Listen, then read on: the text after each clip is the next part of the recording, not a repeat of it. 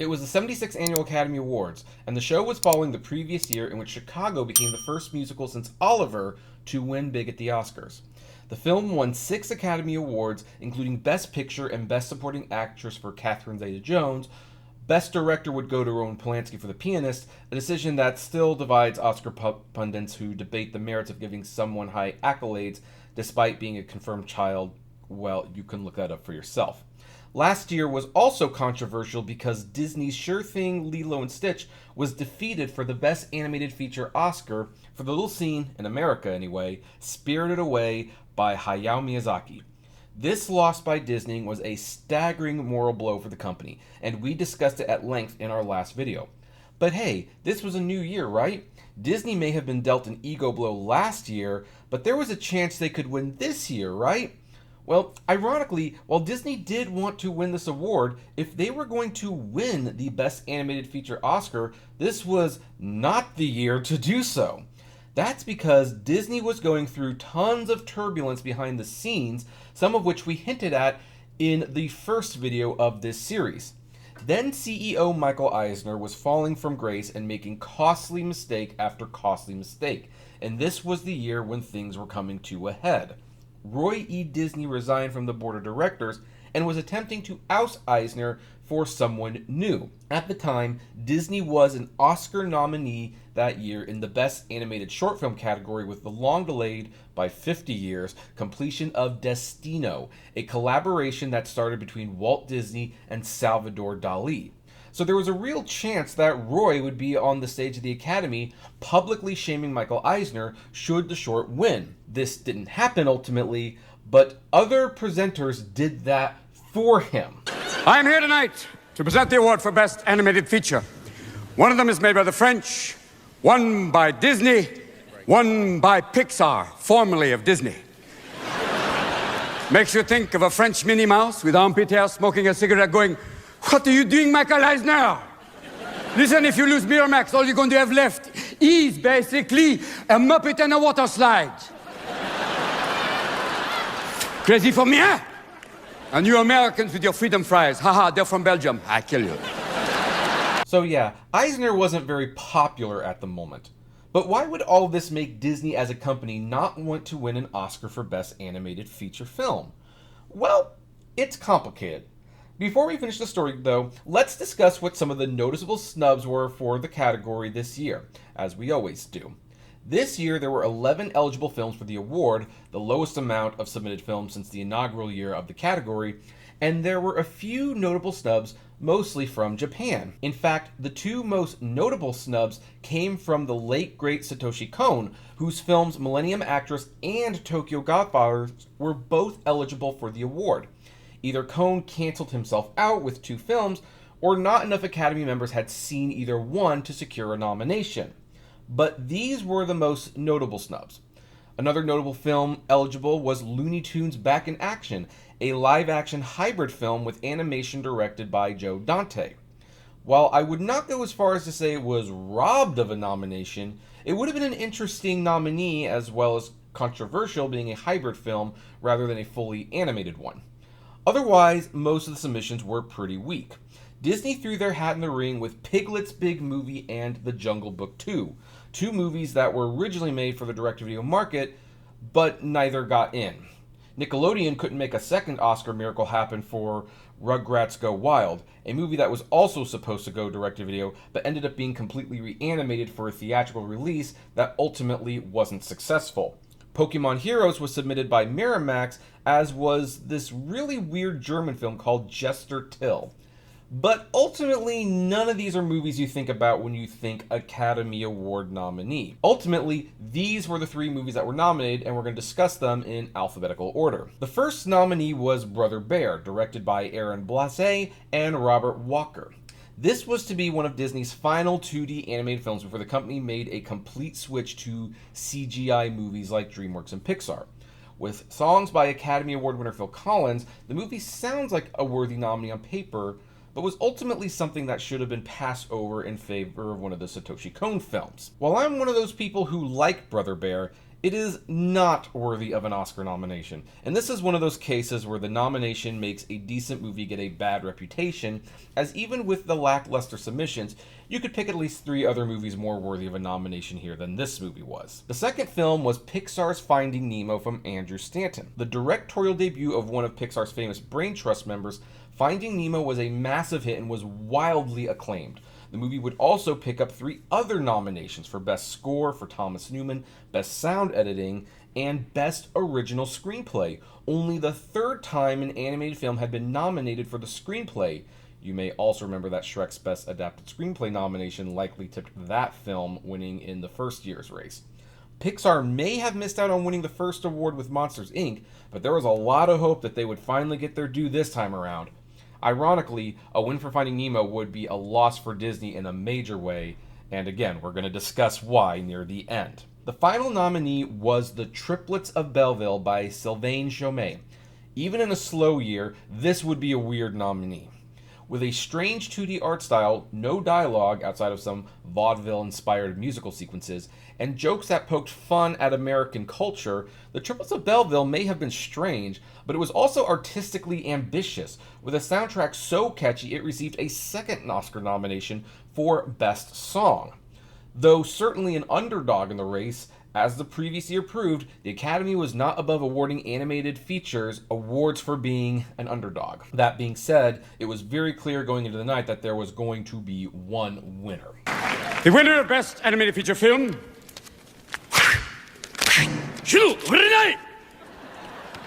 And the Oscar goes to Finding Nemo, Andrew Stanton. Look, I normally would have been more cagey about what could win or what the pros and cons with each film was, but to be honest, we'd be wasting our time because this was the biggest non-competition the category had ever seen before, and there were 5 main reasons as to why. Number 1, everyone loved it. The biggest no, really, for this is that everyone simply loved Finding Nemo. Let's face it, Brother Bear, fine as it was, isn't exactly a beloved classic. And while The Triplets of Belleville has its idiosyncratic charms, it was too weird and trippy for some audience members. Finding Nemo, meanwhile, had a 99% critics rating on Rotten Tomatoes. Many critics called it one of the best films of the year, and that is the kind of love that is hard to overcome. And since the Academy is made of many regular folks in the movie industry, it leads into the second reason, which is the Academy loved it. I mean, if the whole world loved the movie, it makes sense that the Academy members would love it as well. Many of them probably even saw the movie multiple times because they had kids who wanted to see it again and again, or they simply wanted to admire the technical ambitions of the animation. Despite its commercial-friendly appeal, the artistic choices the movie made, like having the scenes underwater be a little murky like the ones in the real ocean were, this sort of thing made a movie like Finding Nemo catnip for Academy members who love the craft of filmmaking. Also, while we're on the topic of people seeing it, it was one of the highest-grossing films of the year. While money is not always a must-have when it comes to winning awards, being the highest-grossing film of the year certainly didn't hurt. The movie made about $339.7 million domestically and $531.3 million internationally for a worldwide total of around $871.1 million. And believe it or not, this made it the highest grossing film of the year in a year where movies that made a ton of money were really popular. In fact, the Academy was largely all about big movies this year, as The Lord of the Rings, The Return of the King swept the awards with 11 wins out of its 11 nominations. Johnny Depp got a Best Actor nomination for Pirates of the Caribbean, Curse of the Black Pearl, and even the winner for Best Documentary, The Fog of War, made a little over $5 million at the box office, which is impressive for a genre that usually makes far less than $1 million on average. The Academy was all about awarding big movies this year, and you couldn't get much bigger than Finding Nemo. For Pixar was seen as being overdue. Despite only being the 5th film from the studio, Pixar movies had become an event, with each movie being bigger and more anticipated than the last. While Pixar did have the momentum with Monsters, Inc., they were still essentially a startup studio like DreamWorks was with Shrek, and the voting members simply liked Shrek more. Check out that first video at the link above. With that race behind them, though, Pixar had definitely gotten an overdue narrative attached. And what better way to finish that narrative than by giving them the Oscar for the highest grossing and most loved film of the year, arguably. And finally, and this is where we're going to get into the big one, the behind-the-scenes drama between Disney and Pixar, aka Michael Eisner and Steve Jobs. The final reason may have been due to the behind-the-scenes drama. We've already discussed that Michael Eisner was becoming an increasingly polarizing figure in the entertainment industry, alienating a lot of top talent, passing on the opportunity to produce the Best Picture winner that night, and even finding himself at odds with Harvey Weinstein and Miramax over the distribution of Michael Moore's Fahrenheit 9/11. A topic that I'm really not going to get into now, but needless to say, Disney lost out on a lot of money with that one. While most of these feuds were more open secrets than behind-the-scenes drama, Pixar owner Steve Jobs was especially vocal about his disapproval of Disney, stemming from a disagreement over their contract after the surprise success of Toy Story 2. Well, this was especially noteworthy this year because Pixar's deal with Disney was going to be up in a few years. Now that's a whole nother video that we could definitely make, and if you want to see it, leave comments in the section below. Would love to hear if you'd like to see that video. But the overall Cliff Notes version of that is that Toy Story 2 was originally going to be a direct-to-video sequel. For reasons that are too complicated to get into now, it ended up going into theaters and making about $500 million. Well, Pixar owed Disney a certain number of films when that movie came out, and when Steve Jobs suggested that, Toy Story 2 be counted towards one of those films since it made a lot of money, Michael Eisner pointed out that sequels did not count in the contract and that Pixar still owed him 5 films, or however many films. And again, we could do a whole nother video about why this was sneaky, even though Eisner was technically in the right, he was probably morally in the wrong. This created a huge rift between the two CEOs, and Steve Jobs was determined to leave Disney unless Eisner was fired. Well, at this point, Pixar's deal with Disney was going to be up in a few years, and negotiations were not going well between the two studios. At all. In fact, the negotiations had actually ceased because Eisner, in his hubris, decided that Finding Nemo was going to be a financial disappointment. You want to try? You want me to read more? You're a dog. Oh, he lives to do that to me. And he felt that waiting until after the movie opened would be the best time to restart the negotiations. Brian has been laughing for 2 minutes now. I can't believe you made it through that story. And nobody was helping me. No, we were actually worse for wear on that one. Oh. According to a leaked memo, Eisner wrote to the Disney board, "Yesterday, we saw for the second time in the new Pixar movie Finding Nemo that comes out next May. This will be a reality check for those guys. It's okay, but nowhere near as good as their previous films. Of course, they'll think it's great.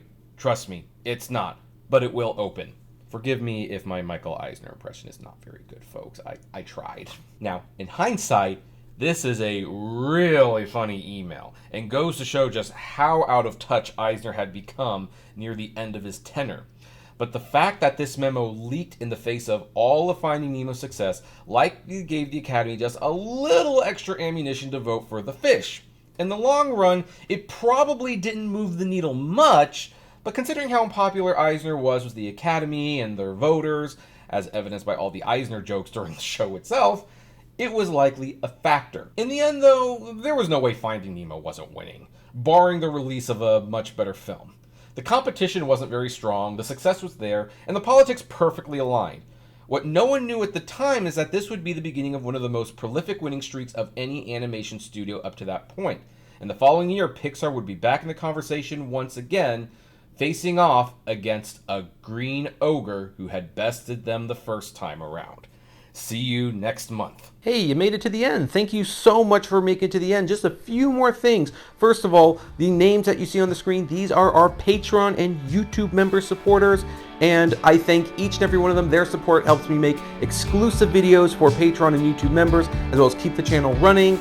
And of course, is just of huge kindness to me. Also, don't forget to check out the iCritic-led podcast on Spotify, Apple, Google, Deezer, whatever podcasting service you listen to, it is there.